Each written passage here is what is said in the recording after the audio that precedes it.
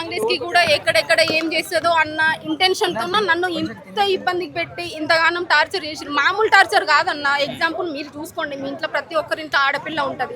మన ఆడపిల్లని ఎవరైనా ఇన్స్టాగ్రామ్ లో కానీ యూట్యూబ్ లో కానీ బ్యాడ్ కామెంట్ పెడితే మనం చూసినాం అనుకో ఏమంటాం, చెల్లి అది తీసేయి లేకపోతే ఇన్స్టాగ్రామ్ ప్రైవేట్ లో పెట్టుకో అని చెప్తాం.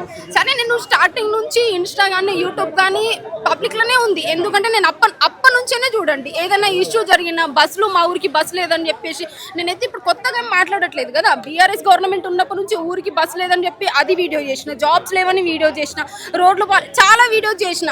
ఈ కాంగ్రెస్ అప్పుడు కూడా బీఆర్ఎస్ గవర్నమెంట్ ఓకే ఒక్క కేసు పెట్టింది, దానివల్ల నేను ఎంత అయిపోయింది, అది కేసు పెట్టింది, నా టార్చర్ నేను అనుభవించిన, అది అయిపోయింది. కానీ ఈ కాంగ్రెస్ గవర్నమెంట్ ఏంటంటే బాగా టార్చర్ చేస్తుంది మనుషుల్ని, మానసికంగా హింసించి చావనన్న చావాలా, లేకపోతే మొత్తం సోషల్ మీడియాకి దూరం అయిపోయి వాళ్ళ గురించి మాట్లాడొద్దు. ఒక్క వీడియో ఏదన్నా మాట్లాడాలి అని మనసుకి ఇట్లా అనిపిస్తుంది అన్న, ఊకుండా బుద్ధి కాదు నాకు. నేను ఏదైనా సరే అంత రఫ్గా మాట్లాడే రకం. నేను ఊర్లో ఏదన్నా అన్యాయం అయితే కూడా ఏంది అని ఎదురించే రకాన్ని ఒక ఇట్లా పడేసిరు మొత్తానికి నన్ను. ఒకటే చెప్తున్నా, అవును ఇప్పుడు వచ్చింది కదా, వచ్చింది ఇంకా ఏడు ఎందుకు ఇస్తాడు, ఎన్ని వచ్చినాయి ఎన్ని రాలేవు, ఎన్ని వచ్చినాయి. అదేది వైద్య శాఖలో 5,000 చిల్లర వేసిండు, రేణిగు అది ఇంకో 400 చిల్లర వేసిండు. ఏం వేసిండు జాబ్లు, గత ప్రభుత్వం వేసిన జాబ్స్ అన్ని నా అకౌంట్లో వేసుకొని ఇన్ని వేసినా, లేకపోతే నా తలకాయ తీసుకొని పక్కకు పెట్టుకుంటా. ఇంకా 10 సంవత్సరాలు వేలాలని ఉంది. ఎందుకంటే మంచి ఏసీ కార్లు ఉన్నాయి, ఫామ్ హౌస్లు ఉన్నాయి, కొంచెం మంచిగా ఉండాలి కదా. ఎవరైనా బయట గట్టిగా మాట్లాడతా మీ దగ్గర, అది ఎవరో ఈడ ఒక ముసలామె మాట్లాడింది, పింఛన్ లేదు ఏం లేదని. ముసలోళ్ళ పైన కూడా కేసులు పెడతారా అన్న? పాపం వాళ్ళకి ఏం తెలుసు, ఏడ తిరుగుతారు. ఎంత చెత్త పరిపాలన అంటే కాంగ్రెస్ది, అంత చెత్త పరిపాలన. వేస్ట్ అన్న ఈ కాంగ్రెస్ గవర్నమెంట్.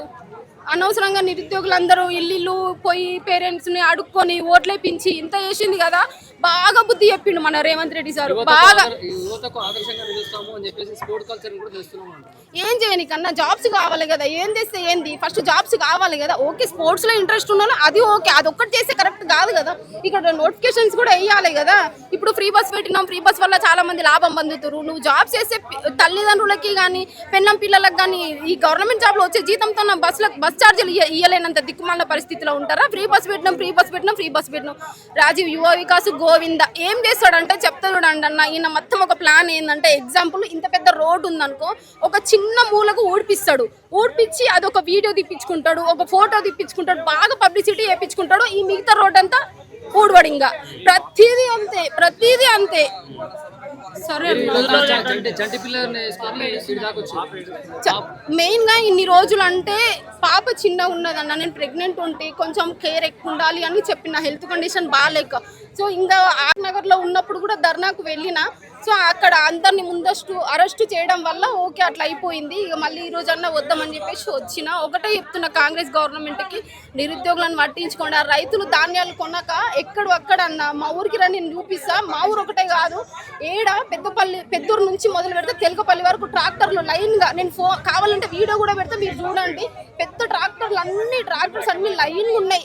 ధాన్యాలు సరిగ్గా ఉంటాయి. ప్రైవేట్ వాళ్ళు కొంటే పైసలు వేస్తారా తెలియదు, వేయరా తెలియదు. 2,000 ఉన్నదనుకో, ఇప్పుడు వాళ్ళు ప్రైవేట్ వాళ్ళు 500 తక్కువ 600 తక్కువ చేసి తీసుకుంటారు. ప్రైవేట్ వాళ్ళు ఇప్పుడు నమ్మకం ఉండదు కదా, డబ్బులు ఇస్తారా ఇయ్యారా. అక్కడ రైతుల్ని మోసం చేస్తుండ్రు. మొత్తం కాంగ్రెస్ గవర్నమెంట్ తెలంగాణలో ఉన్న ప్రతి ఒక్కరిని మోసం చేస్తుంది. రేపటి నుంచి బరిలెక్క శిరీష అనబడి మీరు లేస్తున్నా. ఈ రోజు నుంచే ఫిక్స్ అయ్యే వచ్చిన, ఏమన్నా చెయ్యి సావనన్నా వస్తే ఏమన్నా చేస్తే నోటిఫికేషన్ వచ్చిన దగ్గర పోరాడతా అని చెప్పేసి గట్టిగా ధైర్యం చేసుకొని నన్ను నేను కుదిరించుకొని, మా హస్బెండ్ కూడా పో నువ్వు ఇట్లా భయపడి ఉంటే కాదు, ఏమన్నా అవుతుంది పో చెప్పిండు, వచ్చేసినాయి అంతే.